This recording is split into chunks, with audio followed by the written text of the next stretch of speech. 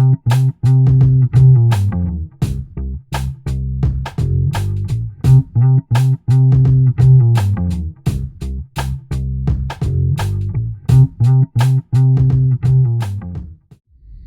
been talking to the Lord. It's time I come clean. I need you to do something for me, and you can't ask any questions. Reverend Dowding?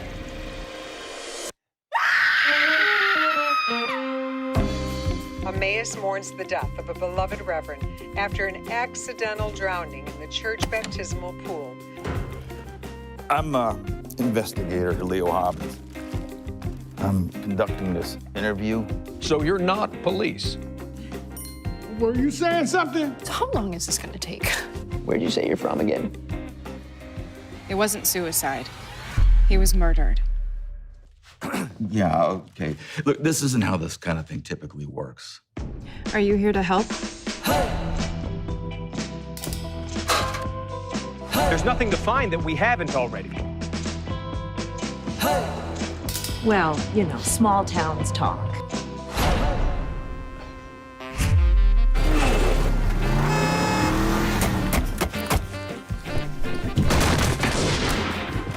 I like to look a man in the eye when I talk with him. Wheel the safe out. That's very simple. And now there is a dead body. You don't think I know that? Your beloved reverend was murdered, and his killer is in this room.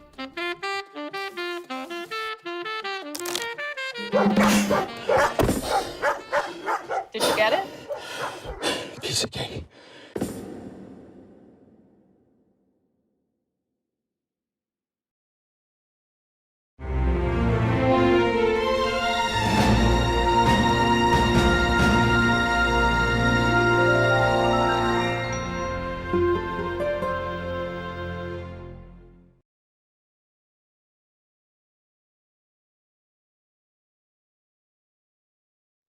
Okay.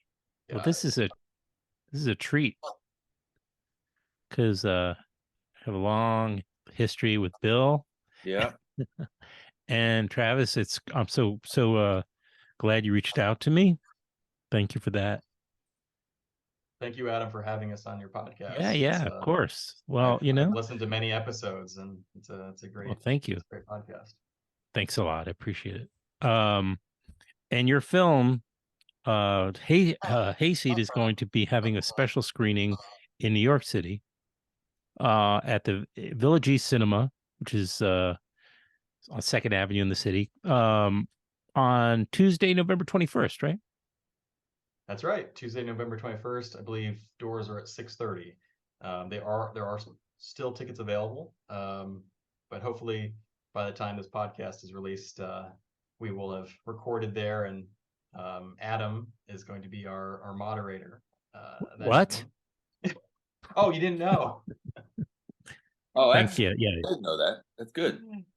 Yeah. No, and I'm happy to any excuse to also like get down to the city for the day. It's good. It's a good thing, and I'm happy to do it. And so let's talk about the Hayseed. First of all, can you Travis talk a little bit about the origin story and also casting of Bill Sage? Even though I'm pretty much the same age as Bill, I kind of consider his coming out on the scene, with the Hal Hartley films and the things that followed, as also my own as a young adult, discovering my own generation of filmmakers. And so you're a bit younger though, so I'm just wondering Yeah. what went into the casting of Bill, and then we'll talk about kind of more about this story of Hayseed. Well, I originally wrote Hayseed as a challenge onto myself.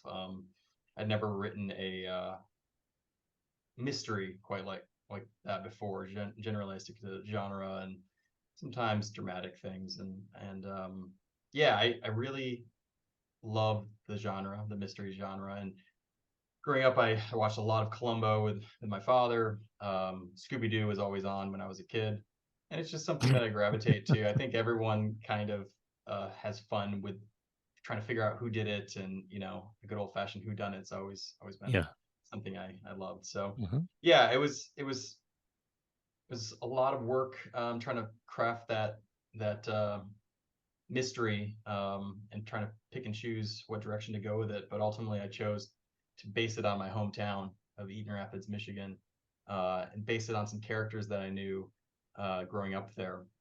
Mhm. And that was kind of the genesis of that. And I sent a very early draft to Bill, and we got on a Zoom call, much like this, and Well, he responded. why, how did, okay, but I mean, I would send an early draft to Bill too, but of a film. Well, But he how was, do you guys know each other? We had met generous. on another film. Gotcha. Yeah, he's We very had met generous on with his the time. Preppy Connection. What's that? Sorry, Bill. What was the name of it? It was a film called The Preppy Connection. Okay, gotcha. Right. Yeah, the Preppy Connection came out in 2016. Joe Casello is the director, and it's a great little film that I very much learned how to make movies while working on.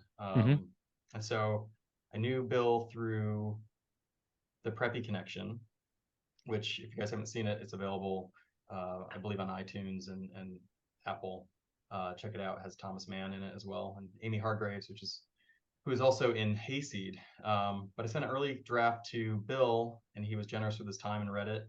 And I knew I had something there, if he was responding to it in the way that he did. So, we hired casting directors, Sig D. Miguel and Stephen Vincent in New York, and they've cast a million things, and they'd worked with Bill in the past. So I was thrilled to work with Bill, and actually the whole cast really came together in a nice, tidy way. You never know with these things, but it was really amazing for him to take a chance with me as a first-time feature director, and open up his wisdom and experience to me. And I learned a lot from Bill on the set. So that's all. Yeah, we had a lot of challenges. Being a young director was not one of them. He was great. We were shooting through COVID, so that's the implications of getting set back on a small film are huge. We got through it. We did get set back a couple times, but we're able to still do what we could. Right. And knock on wood, I never managed. I didn't get sick. I mean, for Travis or I, it would have been. I would have been impossible. Well, Bill was in every Bill is in frame every of the movie. right. He's delivering lines in every scene, and it just was essential that he be healthy. To add some context to that, we set out to make this movie in 4 weeks. We had one version of the schedule, and by the end of shooting, we had 14 versions of that schedule. There was so much moving things around.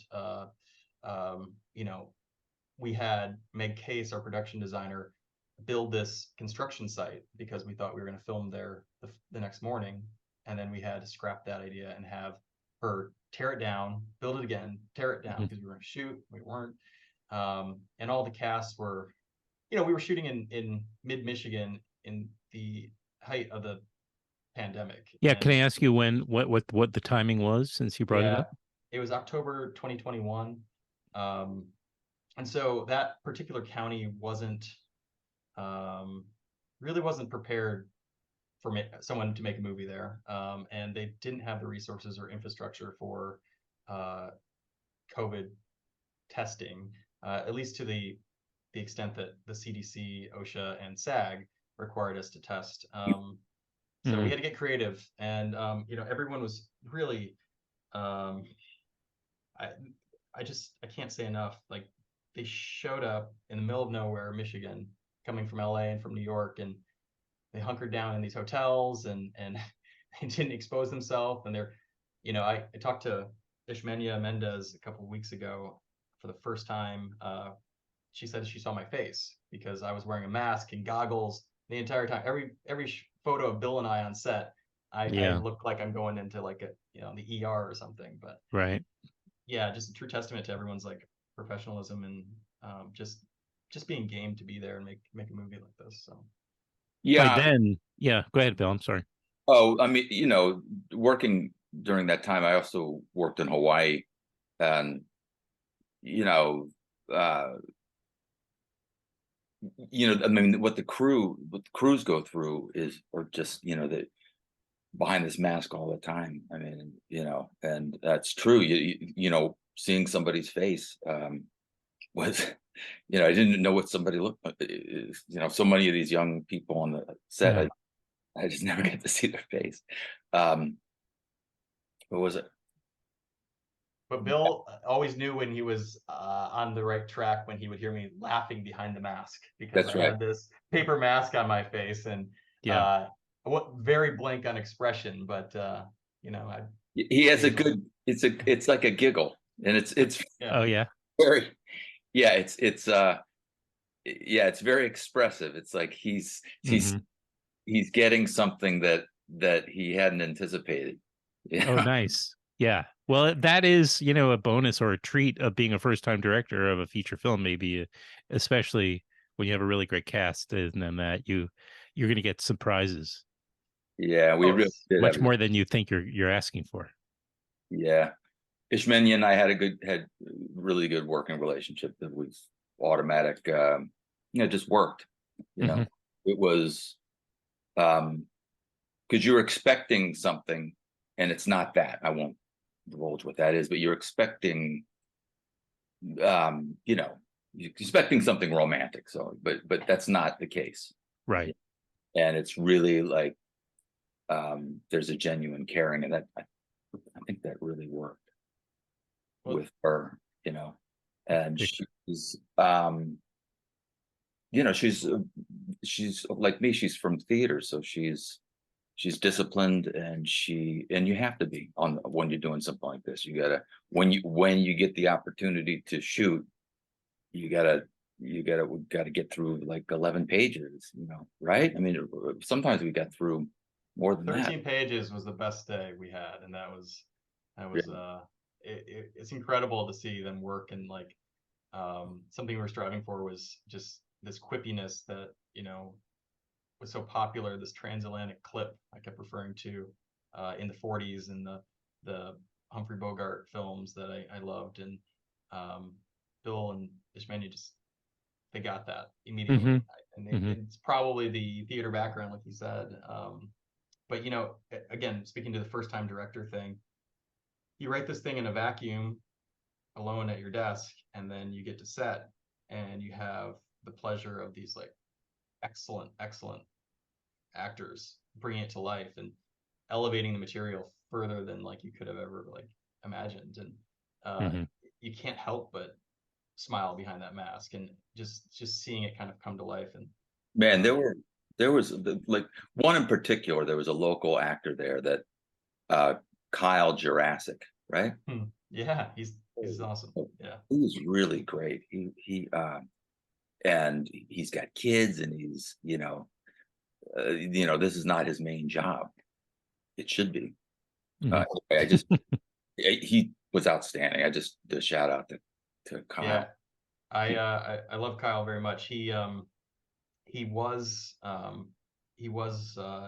in Broadway for quite a while, but it's a difficult lifestyle to maintain. So after having a family, he decided to move to Atlanta, and but I kind of always had him in my mind as the Trooper Gellis, who's actually the only really the only pushback for Hobbins throughout the film. He's really he's the local police. He's a state trooper, but very young and naive, and a little and maybe a little threatened by Leo coming into town, and certainly, right? Yeah, taking over this this investigation.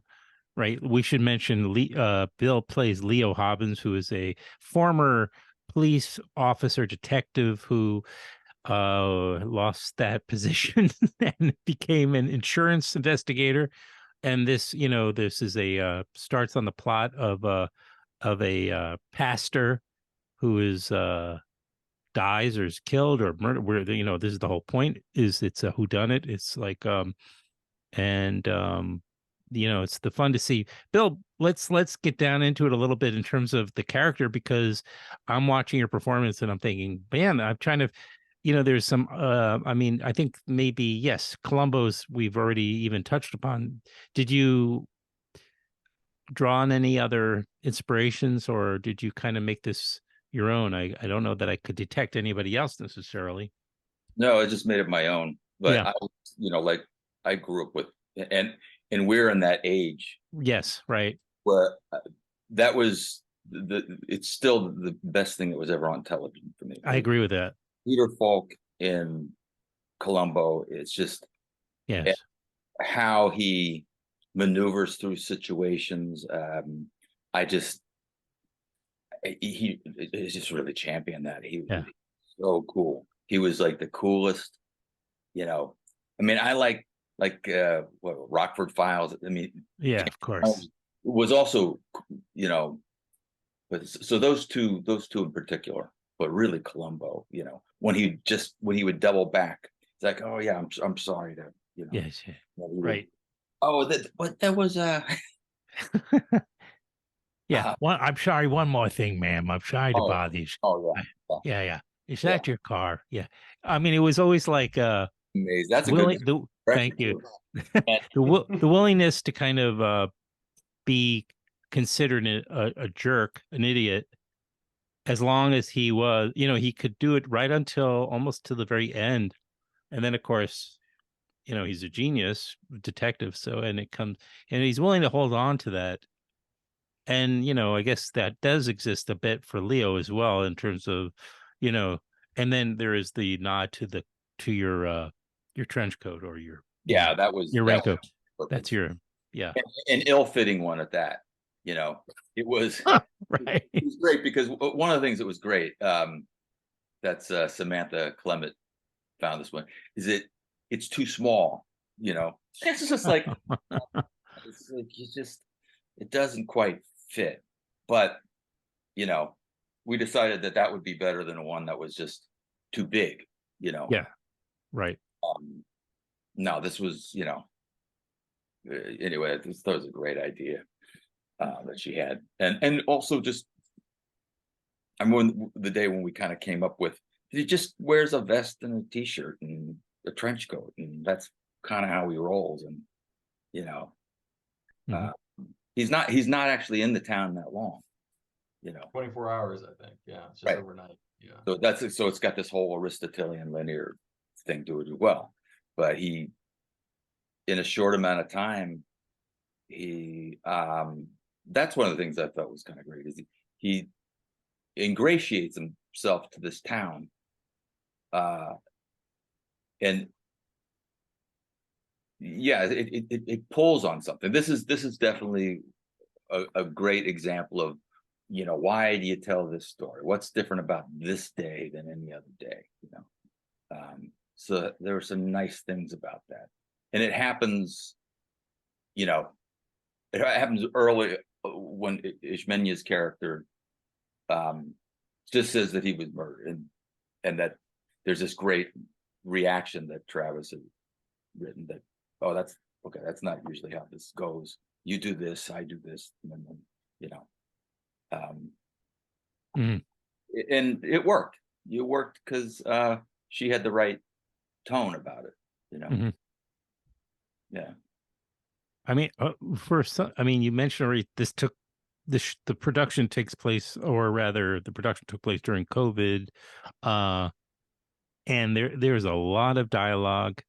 It's all dialogue. I mean, I would like to ask you, even technically, Bill, how you prepare for so much dialogue, because you really are in almost every scene, with a couple of exceptions, I think. But also, did you guys have time to rehearse at all, or anything like that? Or Travis was, no. It came if together. I ever have a chance to make another movie, there will be so much rehearsal time. But well, the way this was, we had zero, and that's a testament to everyone involved. And Yeah, I mean, you really, in a lot of things, really, you're flying by the seat of your pants. And if you can learn to work that way, like the Hal Hartley movie that I'm going to be doing, I have a Yeah, lot of Where to Land, I think it's where to called. land. Yes, so I have a lot of running room on that. As a matter of fact, we're shooting that. We're supposed to shoot that 4 years ago to the day that we're going to be shooting it.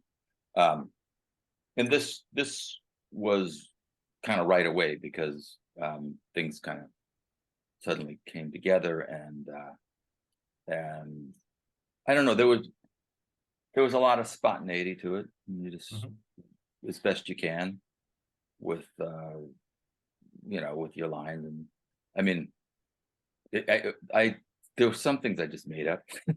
Yeah, I yeah. mean, I wasn't married to any Yeah. line of dialogue, and I wanted Bill, and I wanted Catherine Morris, and I wanted Ishmania to feel free to do that, because they certainly would elevate it off the page better than I could ever, sitting alone. That banter with Trooper Ellis is word perfect, though. It's exactly what I mean, most of it is, but there were certain things, certain parts that lent itself to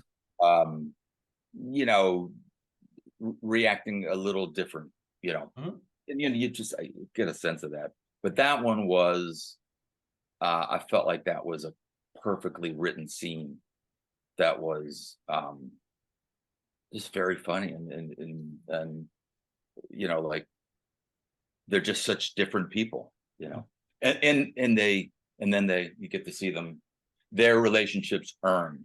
That was another good thing about it. Yeah, I love the arc of that relationship. And to Bill's point, like it was so complex to track everything, right? So it was important that we nail the dialogue, word perfect, as Bill put it. But also on take 3, 4, like they really were given all the flexibility and freedom to, like, improv. How there's some beautiful moments that come up in the movie that feels just so organic, and it's just because the actors were working out together. But it was 136 pages, 225 scenes. It was a behemoth, and certainly we had no business making that as a first movie. But we muddled through, and if we had to just make sure that we had everything before we moved on, and part of that was nailing it, and Bill did consistently nail it.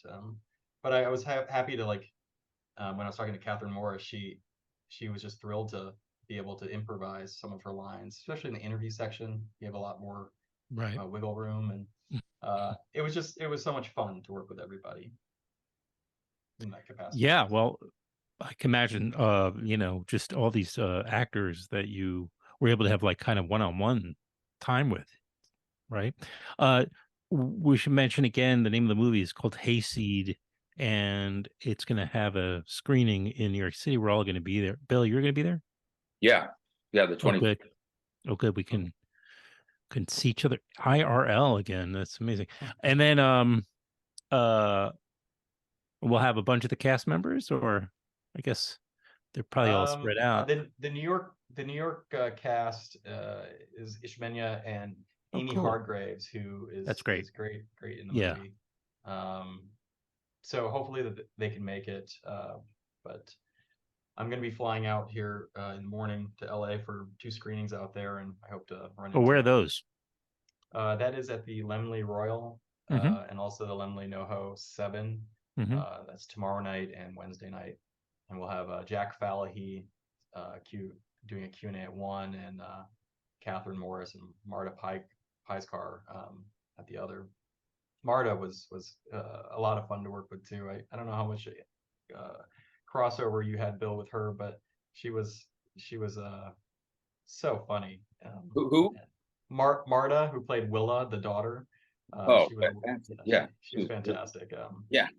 So I'm excited to see everybody again, because it's been a while, and these things take a while. So yeah, I hung out with Jack a lot, so that was enjoyed him. Great actor, very funny guy. Amy, of course, is an old friend. She's terrific. She's amazing. but it's quite the ensemble. You know, just looking at the cast list, it was a lot to organize and keep everyone there in Michigan. But as a ensemble piece, I'm quite proud of it. Right. And it's going to will stream. Is that what the right? It's going to be streaming right afterwards. Yes. So starting November 21st, you will be able to rent it, buy it on Amazon and iTunes. I think also Apple TV, amongst other platforms. And after that, we'll go to VOD on the SVOD platform. So that's yet to be decided which ones, but yeah. So our theatrical run starts tomorrow, and I'm gearing up for that. We're going to do a lot of cities. We've already sold out 7 shows, and we're hoping to add some more. Great. And you know, it's just been just kind of like this swell of enthusiasm around it, and a lot of thanks is to the actors posting on social media and helping promote that. We were so fortunate to have the SAG interim agreement. Well, yes, that was great that worked out. But Travis, don't I don't know, estimate what your part, because to get so many screenings, that shows a lot of work that you and whoever is on your team is doing. I mean, that's terrific work that you're getting all. Where is it opening tomorrow? Tomorrow is is in Los Angeles. Tomorrow starts the LA. You did say you're tomorrow. Okay, good. I know. I heard. You don't have to repeat yourself. And then so LA, New York City, any others? Yeah. Well, where you could just say where people could go, I guess. But we know by the time people see this, they could go and pop over to one of those streaming services you mentioned. So. Yeah, you likely will have missed the theatrical. Right. Hope to expand it. But it's good to mention it anyway, because yeah, absolutely. You know, we're proud of it. Like right. We're bring it to Michigan, where we filmed the movie. Makes sense. It did really well in some of the festivals there at Hell's Half Mile. Those are old friends of mine. Alan Lefebvre is a great guy. Alan's wonderful, and it was probably the best screening we've had to date. Oh yeah. At the State Theater, we were the that's a great theater. Yeah. Bill was nominated for Best Leading Man, and we also had the nomination for Best Ensemble. We ended up winning the Programmers Award for the Spirit of the Festival. We were very proud of that, and you know, a lot of folks came up from Detroit to see the movie, and so. Right.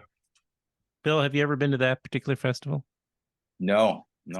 It's in a little town. I shouldn't say little, but it's a smallish town called Bay City, Michigan. And I was there a couple of times. I think I don't remember, once or twice, but I had a fantastic time. But it was very strange. I was walking around the town, and you don't see anybody. This is like, I don't know if you have this experience, Travis. Things may have changed. This is even before the pandemic. I was there and I was walking around. It's like, but you go inside and it's like everybody's like in different, there's tons of people all of a sudden at a screening or at a restaurant or a party. It felt like a backlot in Hollywood. I mean, the streets exactly were ghostly. And then you go into the okay. It was just not my imagination. 400 people there. Like it was wild. And speaking to that and but it's a great little town and a great festival. Hell's Half Mile Music and Film Festival.